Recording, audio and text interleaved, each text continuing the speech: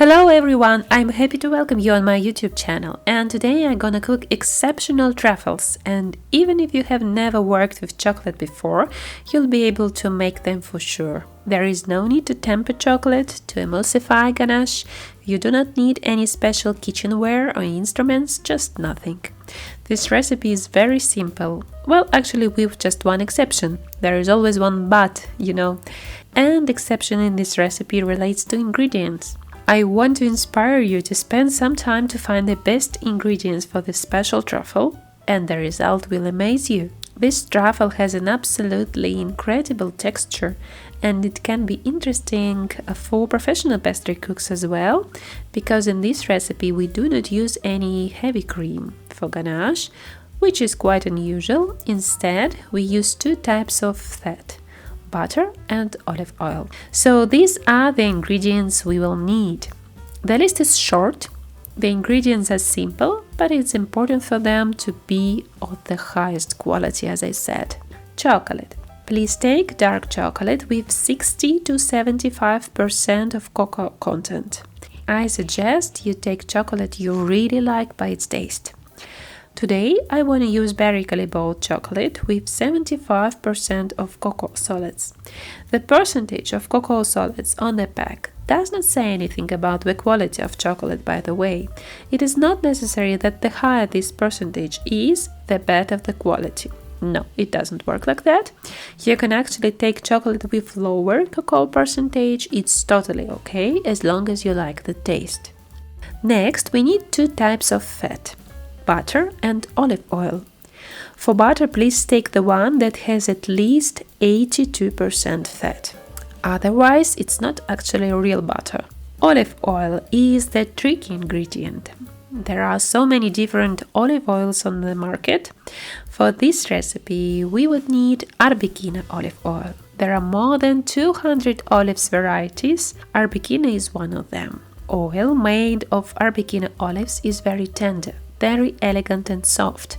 It has considerable fruity taste, even a banana taste, I would say, and it's very different from an average tarty olive oil. I was amazed when I tried it for the first time because it's quite unique.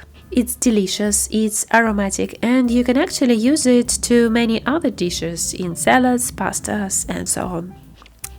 So these were three main ingredients. For a nice flavor accent, we would also need some fleur de sel or sea salt in flakes and some orange zest. I have here two small bio oranges. The peels were not chemically treated. Unfortunately, we cannot wash off those chemicals from fruits completely. That's why I use bio oranges. And the last ingredient is cocoa powder. Please take good alkalized cocoa powder. I use cacao berry extra brut cocoa powder for many years, and I'm totally happy with it. So here we go. I want to remind you once again that the better products we use, the better result we will get. We need 350 grams of dark chocolate, 107 grams of butter, 100 grams of Arbequina olive oil, 2 pinches of sea salt or fleur de sel, and these ingredients suit to the frame 20 to 20 centimeters and 1.5 centimeters height. So let's start. I put chocolate and fats into a bowl and melt them in a microwave or on the water bath. Today I'm going to use water bath. Remember, the bowl should not touch the water. If you use the water bath, and boiling of water should be minimized. I stir the mass all the time while melting, and important point here is that it is chocolate that takes more time to melt comparing with butter and oil. There is no need to wait actually until chocolate is fully melted. You can take it off the heat when it is almost melted. There is no need to use a thermometer, but just for reference, the mass should be melted until 40 to 45 degrees Celsius. If you feel with your hand that the bowl with mass is very hot, then you can take it off the heat. When my mess is melted and blended, our ganache is ready, and I'm going to cast it into the frame. You can use a baking tray, a square baking pan, but before that you need to line it with cling film, so when ganache is set, it is easier for you to cut it out. I'll be using a frame with no bottom, and as a bottom I need absolutely flat surface lined with baking paper or with cling film, especially if your frame has some loose spaces and does not fit tight to the surface of the table. I do not recommend you to use the silicone mat for the frame because we will need to cut our ganache later, and we definitely don't want to cut the silicone mat as well. So I cast my ganache into the frame. I press a frame to the table and move it a bit from side to side to level my ganache. Next, I'll put a film on the top of my ganache and leave it to set for at least 4 hours or overnight. Meanwhile, prepare a box for cocoa powder and please sieve it or just mash it with a fork. The next day, I'll take off the cling film and I cut my ganache out the frame with a hot knife.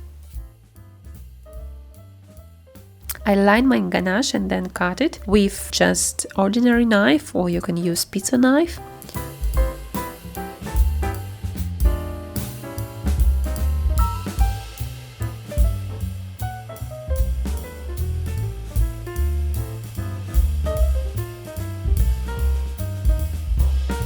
Don't worry if you do not cut them perfectly, they are not perfect squares. We will not dip them into chocolate, so they will lose their shape a little bit, and this will give them like a handicraft look, which is also very nice. When it's done, I put my latex gloves on and roll them in cocoa powder. Prepare a board or a plate to put ready truffles with cocoa. If you think that there is still a lot of cocoa powder on a plate and it looks a bit messy, then you can put them later on a second clean plate for the final serving. And here comes the finishing touch. You can grate an orange peel and sprinkle it over the truffles, so the peel is fresh and moist and it will stick to the truffles. If you do that in advance, it becomes dry very fast and it will not stick to the truffle, so we need really fresh peel. Also, you can sprinkle fleur de sel on the top of the truffles. And an important thing, while I was cutting and decorating my truffles in room temperature, they became soft and obtained that very special texture. If you put them in the fridge, they will harden again. So it's important to take them off the fridge 20 to 30 minutes in advance before serving. Then you can enjoy its amazing texture and flavor.